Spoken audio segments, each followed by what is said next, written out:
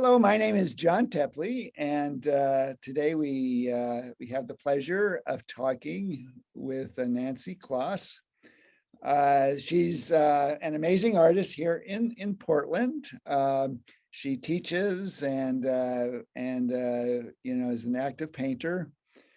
Her paintings often I'll give you my impression, often is based in the real world as a jumping off point. But then from there, it seems like color, form, line become very important, and at some point maybe overshadowing the actual place where you began, and something that I've often see, and you'll have your chance to correct me if I'm off on this, is that often with things like still lifes, it seems like you're more about form and color, where often with landscapes it becomes a bit more emotional, and you use those, you use form and color more in the service of expressing like other things.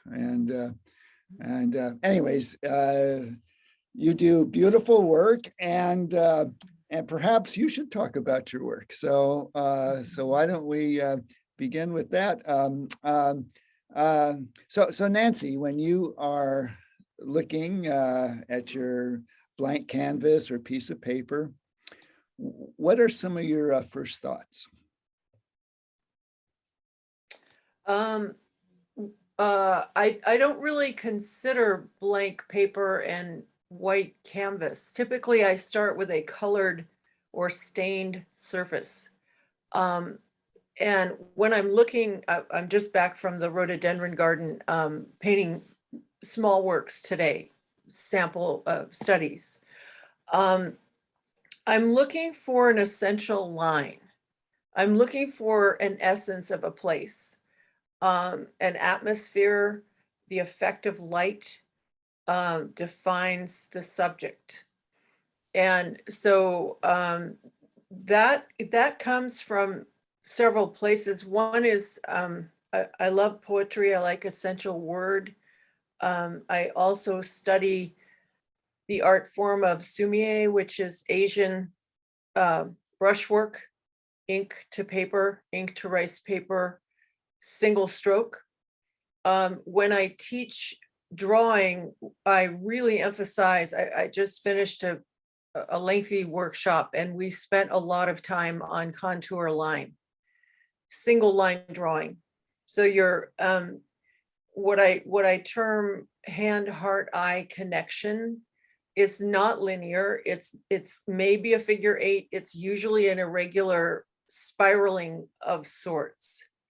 And typically, I find my students and myself, if I'm not breathing, I'm not really relaxed or in the now, those three elements of action, of creating, are out of sync with one another. Now, what are the three elements again? Hand, heart, eye connection. So our eyes and our mind already know what the thing is. What is the subject? I already know what it's like. I've been there a million times to see Cannon Beach, for instance. Sure. Well, you don't know it at the time you go back to it, at the time you're setting up to paint on that particular day, in the morning or afternoon. What is the light doing? What is the sound doing?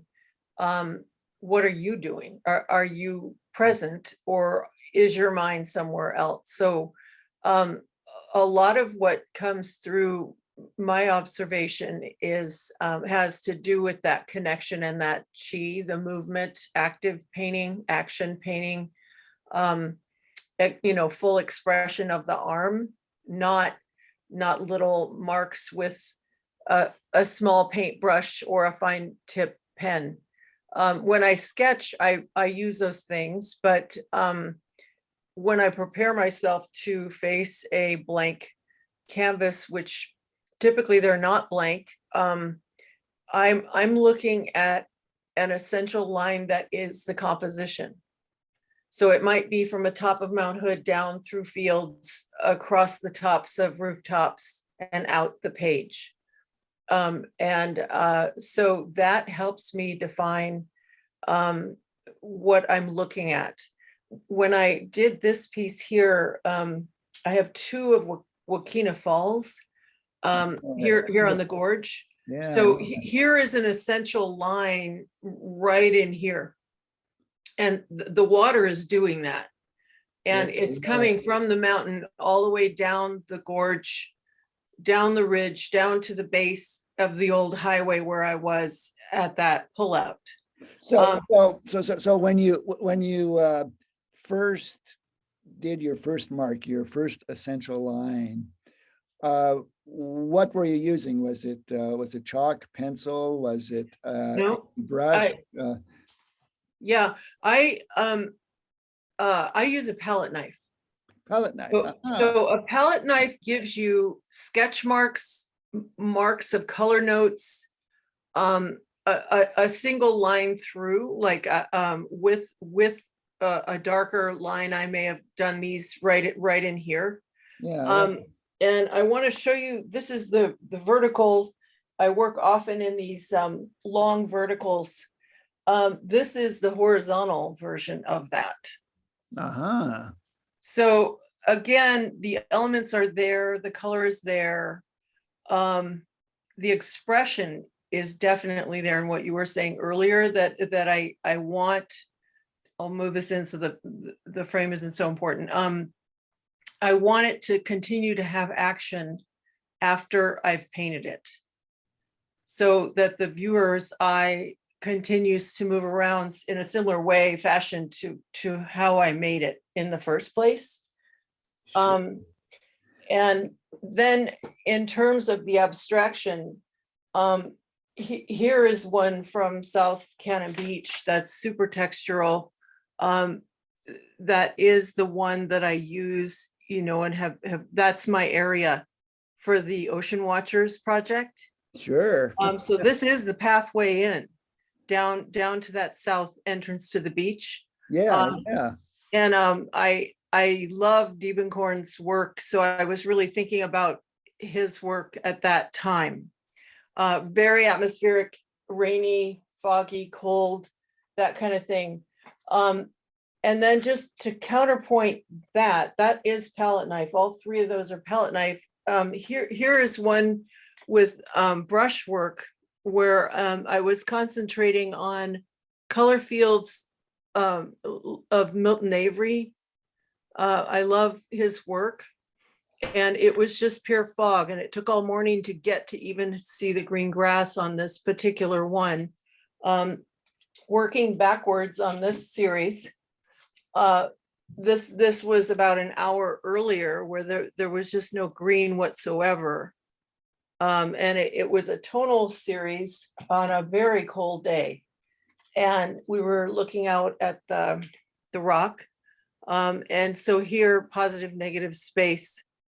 So working backwards in the series of three, then it becomes a kind of essential line, essential shape, some brush work, and some atmosphere to create the sense of being there. I'm looking at the shapes of your canvases, and like the first one of the falls, the vertical shape seemed to resonate with the falling water. Yeah. Where the second work that you did that was more on the square, that's a different experience. It is. Yeah. It's more of a narrative. Yeah. And could you tell me what you mean by more of a narrative? That place looks this way in terms of the vertical. When I was there painting it, that place feels this way. Yeah. So it's a feeling. I have another one from the Horsetail Falls, which is down the road a bit. Well, just to go back to your painting of Haystack Rock. Oh, sure. So there seemed to be a bit of an evolution where you began more or less noticing more. That's more towards the end, right? That's your last one. This was the first one in Oh, that complete. was the first one. Okay. Yeah, I showed them to you in a reverse succession because of the palette change. And the waterfalls are with palette knife. This is with brushwork. These are thin layers of paint. And as the fog lifted, more was revealed. This was the second one here. This one here. Yeah. So just a little bit of more brush strokes. You can see the rock better. And then the third one is more of a reveal of the grasses that were right in front, but you couldn't see them to begin with. Yeah. No, I think it's interesting how your first one just feel like it's all about form. Yeah. And then as it evolves, it becomes more about, well, not more about, but also included is the physical environment, like the grass, where it also becomes, it seems a little more about brushstroke, where your first one was just a beautiful form of land and sky, and then it kind of did a transition of sorts. And that was an early series when I first started in oils in 08, I think 08, 10 years ago. And I became a plein air painter at that point. I was a painter. I was a studio painter, and my undergrad is in painting and color and design. But to work in oils and to work in plein air is something that I've been concentrating on for about 10 years. Yeah. So now tell me about the appeal of a palette knife. It's a mark making tool. I don't seem to have one right here. That is a drawing tool and a texturing tool. So when I'm marking it, like I was just working in the rhododendron garden, it's easy for me to put on what I call color notes to start with. So where will the masses go? Where will the color fields be? Where will some of the accents be? And I know, some theory is don't ever start with detail. I actually want to think of it's a sequence through, and it's a sequence around, and it's a sequence from start to finish in a painting, but it's circular. So it's not, okay, put the stain down, then do the base shapes, then, decorate it or finish it. I work in a lot of textures. So, in oils, you can layer quite a bit. I noticed that when you were showing us the painting of the falls, that you could see the texture and the light. Do you think you could put it up there so we could see the, Sure. Because there's some really fat layers of paint there. Yeah, they're definitely. See, okay, pull it back, just tilt it back just a little bit, the other way. Move it this way. Yeah, you can. Well, you can see it a little bit. Yeah, there you can see it. Yeah, the light catches on. Yeah. So you actually use the paint to create form other than just like through value or Yeah, the value study happens early. It's an initial, over time. I just finished teaching, as I mentioned. We spent time on line and composition to shape and form, and then color as value. So I've spent a lot of time throughout the years studying color, And it's a language, and you need to understand, you know, you're a painter, you need to understand the language. You need to be able to speak the language. And a lot of people stop at color families, analogous color, favorite colors, and what's comfortable to do versus what can the colors do for you, and how are we perceiving them?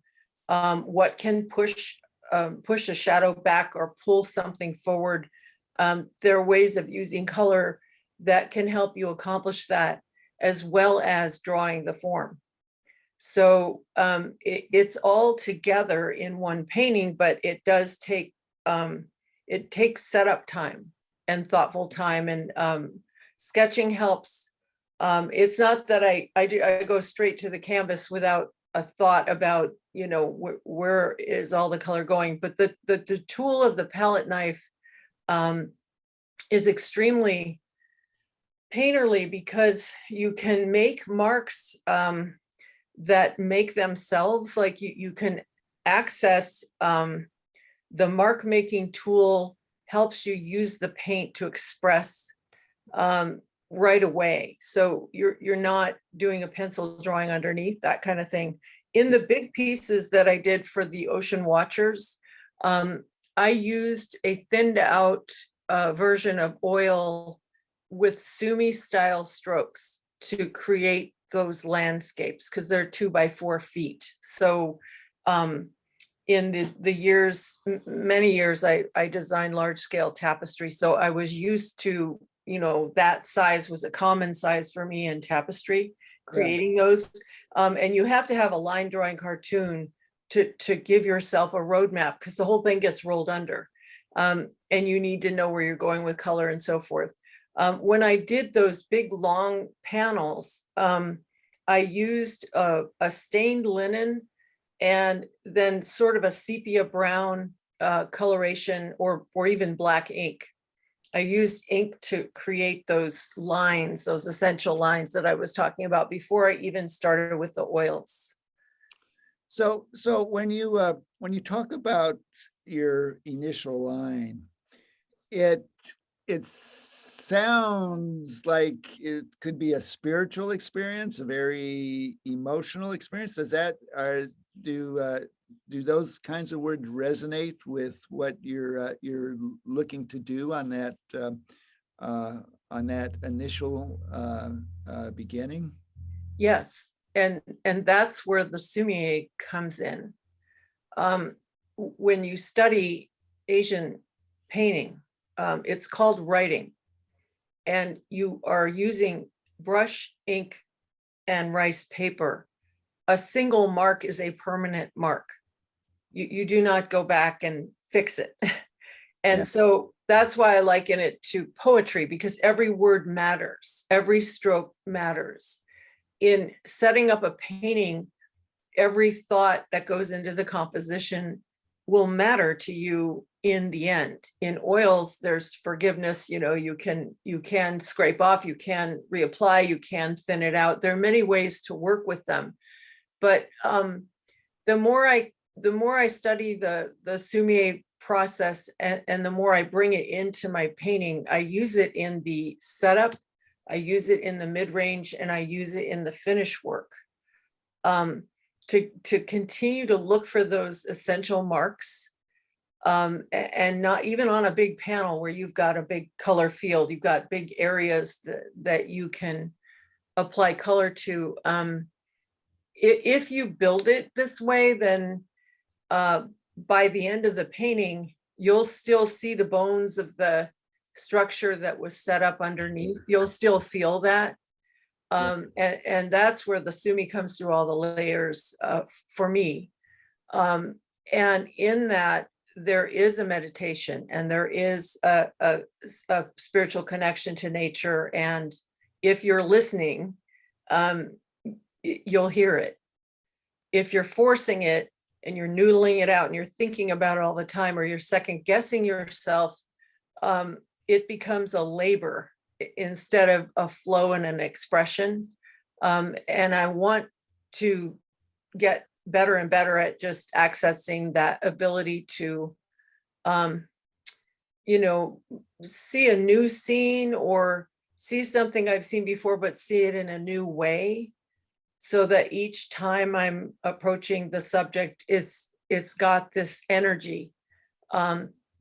And that you feel. I mean, when you're at the ocean, you feel it. Who can't feel that? I mean, the waves themselves are that's the spiral. The hand-heart-eye connection is right there. You hear it.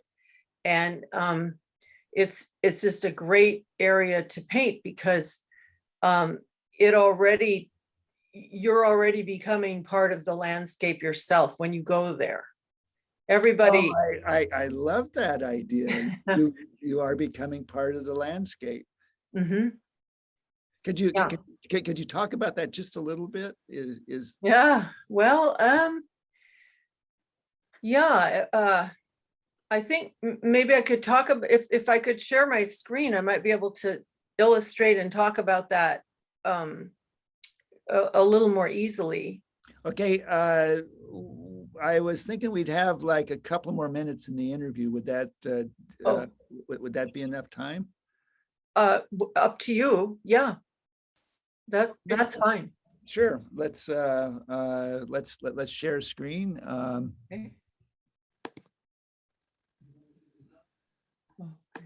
Um,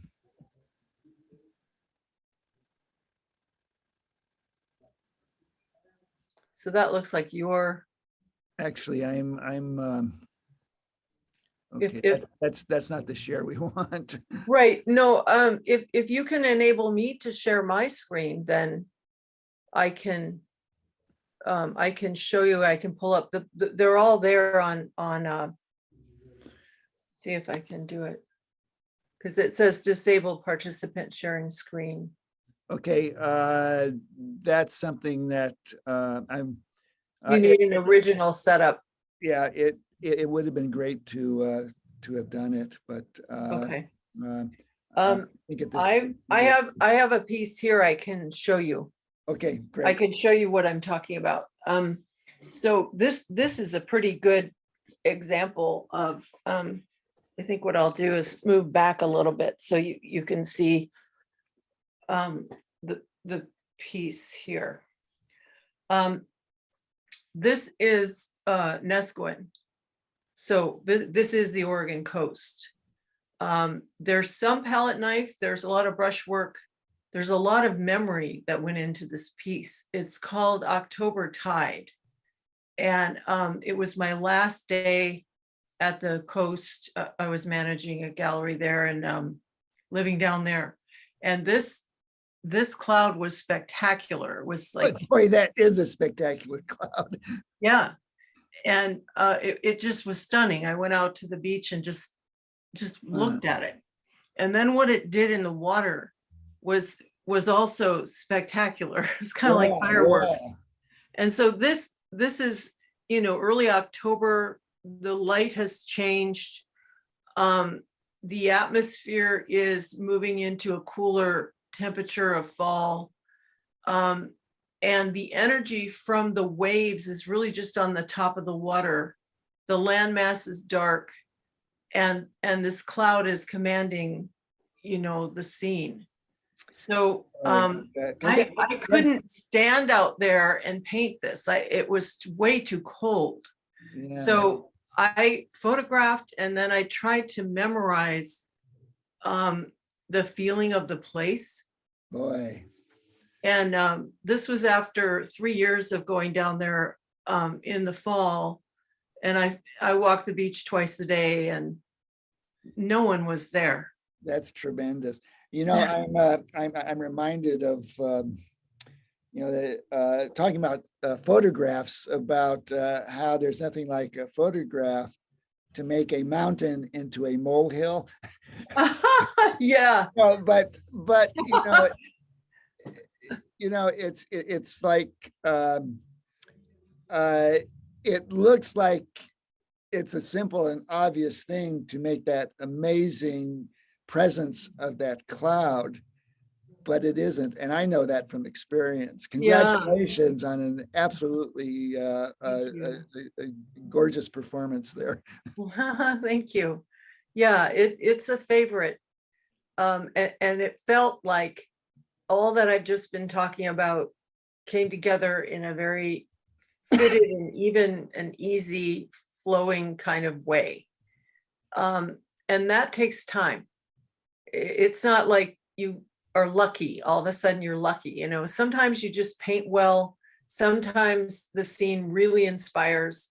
Sometimes it does not, you know, and you're out there for hours and it's like, okay, well, that was a good exercise, you know, and now it's raining or now it's over and I won't see this again for a long time. Or, you know, using photographs, I typically don't.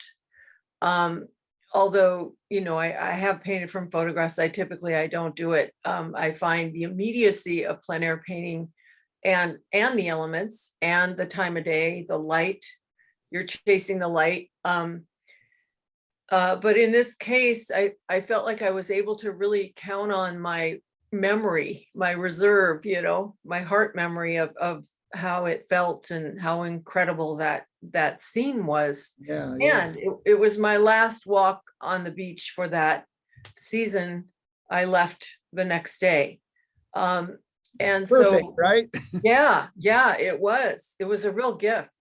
Yeah. Mhm. Well, thank you. We've been talking to Nancy Klos, and you can see her work at the Lincoln City Cultural Center. We will be there from July 12th through the 16th. And she does this. She has this amazing painting of a storm approaching, and you can get a sense of her command of the materials, you know, as we've been talking about. It's a beautiful painting. Thank you. Thank you, It's Nancy. an honor. Yeah, thank you, And John. Really yeah, nice to see you. yeah. Well, thank you. Yeah, good to see you Yeah. too. Yeah. And we will talk soon. Okay, sounds good.